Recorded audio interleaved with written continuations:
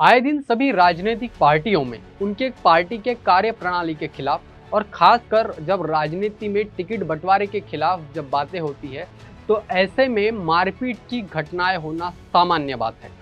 लेकिन बहुजन समाज पार्टी में इस तरीके की घटना होना ये कहीं न कहीं असामान्य बात है, जिसके वजह से बहुजन समाज पार्टी एक अनुशासित पार्टी है जो अनुशासन के नाम से जानी जाती है। और इस तरीके की बहुजन समाज पार्टी में घटना होना ये अपने आप में बहुत बड़ा सवाल खड़ा करती है। साथियों, आवाज़ इंडिया पर आपका स्वागत है और हम बात करेंगे इस घटना के बारे में। सोशल मीडिया पर एक वीडियो जमकर वायरल हो रहा है जहां पर महाराष्ट्र में बहुजन समाज पार्टी के कार्यकर्ता सम्मेलन में रामजी गौतम को एक महिला थप्पड़ जड़ रही। ये घटना क्या है, इसके पीछे की पूरी कहानी समझेंगे, लेकिन उसके पहले ये घटना कहाँ हुई और इस घटना का घटनाक्रम क्या था पहले जानते हैं। तो 17 जुलाई के दोपहर को मुंबई में बहुजन समाज पार्टी के पदाधिकारियों समेत कई कार्यकर्ता उस कार्यक्रम को उपस्थित थे जहां पर कार्यकर्ता सम्मेलन चल रहा था।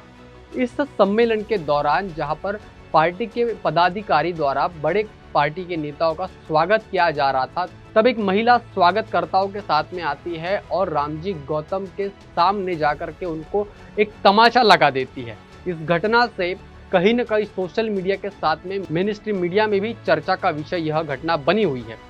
लेकिन अब बात करते हैं कि उस महिला ने रामजी गौतम के ऊपर ये जो थप्पड़ जड़ा था, इसके पीछे के क्या कारण है। लेकिन उसके पहले ऐसी घटना महाराष्ट्र में आए दिन बहुजन समाज पार्टी में आम इसलिए हो गई है क्योंकि इसके पहले लगातार 15 साल तक बहुजन समाज पार्टी के प्रदेश अध्यक्ष रहे विलास गरुड़ को भी नागपुर में कार्यकर्ताओं के द्वारा पीटा गया था।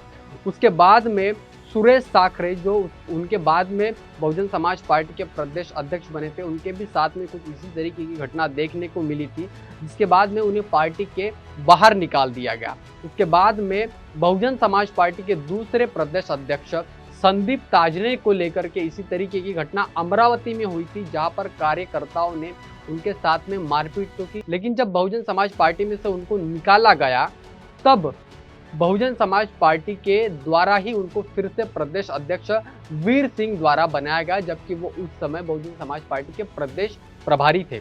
उसके बाद में वीर सिंह को भी कहीं ना कहीं पार्टी से निकाल दिया गया। और इसके पहले रामजी गौतम की एक घटना हम आपको बताते हैं जहां वो राजस्थान में थे। इसके पहले भी रामजी गौतम के साथ में एक घटना राजस्थान में हुई थी जहां पर कार्यकर्ताओं द्वारा उनको पीटा गया और पीटने के साथ साथ जूतों की मालाएं पहनाई गई। इसके साथ ही उनको गधे पर भी बिठाकर घुमाया गया। बताया जा रहा है कि रामजी गौतम पर यह आरोप था कि उन्होंने पार्टी की टिकट धन्ना सेठों को बेची और जिसकी वजह से योग्य कार्यकर्ताओं को टिकट नहीं मिला और पार्टी को कहीं ना कहीं हार का सामना करना पड़ा। उनके साथ साथ पार्टी के तब के प्रदेश प्रभारी सीताराम मेघवाल के साथ में भी ऐसी ही घटना बहुजन समाज पार्टी में देखने को मिली। हालांकि हम ऐसी घटनाओं का पूर्ण तरीके से विरोध करते हैं और निषेध करते हैं, क्योंकि लोकतंत्र में हिंसा को कोई स्थान नहीं है और ऐसी घटना का हम हमेशा विरोध करते रहेंगे। लेकिन जिस तरीके से यह घटना सामने देखने को आ रही है उस तरीके से यह साबित हो रहा है कि कार्यकर्ताओं में बड़े पदाधिकारी के विरोध में कहीं ना कहीं एक आक्रोश था, जो आक्रोश उन्होंने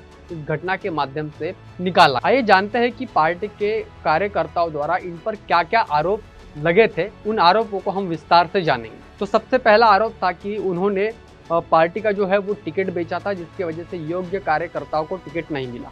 लोकसभा के चुनाव के दौरान लाखों और करोड़ों रुपयों में टिकट को बेचा गया, योग्य उम्मीदवार को टिकट नहीं मिला। बड़ी राजनीतिक पार्टियों के नेताओं के साथ में सेटिंग कर कमजोर लोगों को पार्टी की टिकट देना और उनका चुनाव लड़ना।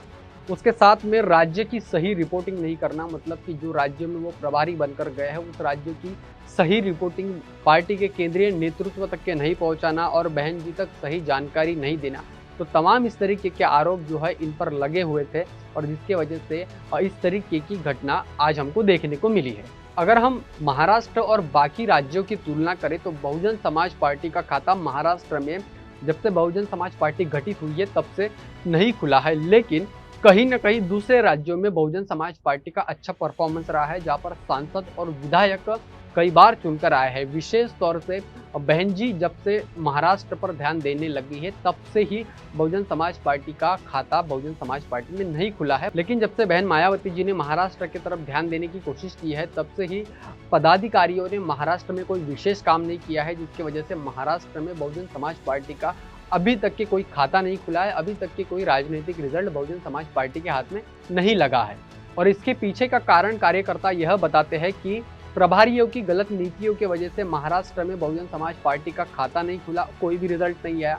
जबकि बहन जी इन नेताओं को खास उम्मीदें लगा करके भेजती है हर विधानसभा चुनाव में, हर लोकसभा चुनाव के दौरान, लेकिन कोई आशाजनक रिजल्ट बहन जी और पूरे देश को महाराष्ट्र के परिप्रेक्ष्य में नहीं मिलता है।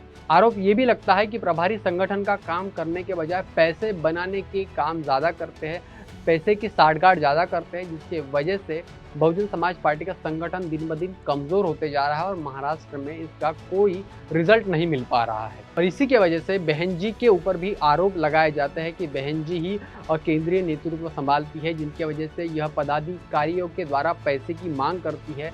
और इसीलिए ये जो पदाधिकारी है, जो राज्य के प्रभारी बनकर आते हैं, ये कहीं ना कहीं पैसों की डिमांड बहन मायावती जी के कहने पर ही करते हैं। इस तरीके के गंभीर आरोप भी बहन मायावती जी के ऊपर लगे हैं, जो कहीं न कहीं अपने आप में एक नया सवाल खड़ा करते हैं। इस घटना को लेकर के हमारे आवाज़ इंडिया चैनल पर भी कहीं न कहीं सवाल उठ रहे हैं कि यह चैनल के द्वारा यह वीडियो प्रसारित किया गया, लेकिन आपको बता दें कि हमारे चैनल नहीं तो और भी अन्य मेन स्ट्रीम मीडिया के चैनलों ने भी यह वीडियो चलाया है।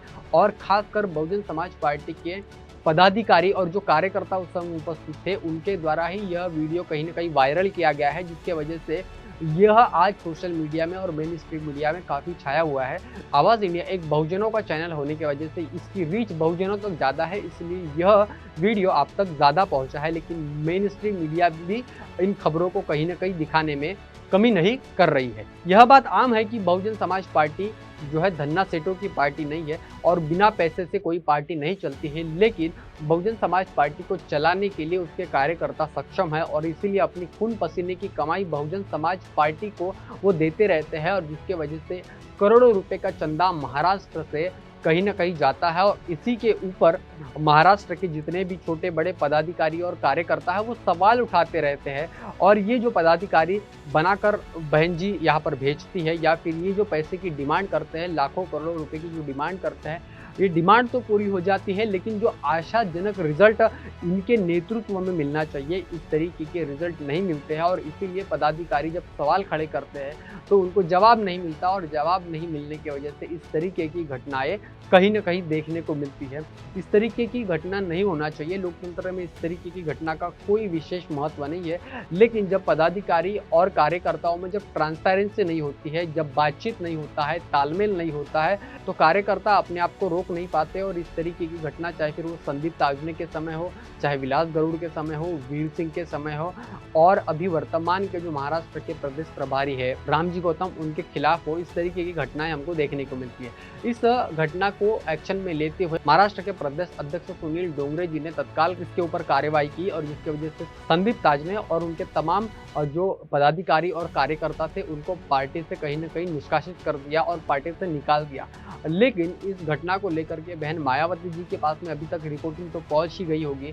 बहन जी इस घटना को लेकर के क्या सोचती है, और आप लोग इस घटना को लेकर के क्या सोचते हैं? क्या बहन मायावती जी कहीं ना कहीं इन पदाधिकारियों की वजह से बदनाम हो रही है? क्या प्रभारी सिस्टम की वजह से, जो कि अनगिनत पैसों की मांग रखता है, कि लाखों करोड़ों रुपए की डिमांड रखता है, इनके वजह से बहन जी कहीं ना कहीं बदनाम हो रही है? या फिर बहन जी के कहने पर ही ये जो पैसे की डिमांड है, ये पदाधिकारी, ये जो प्रभारी है, ये रख रहे हैं?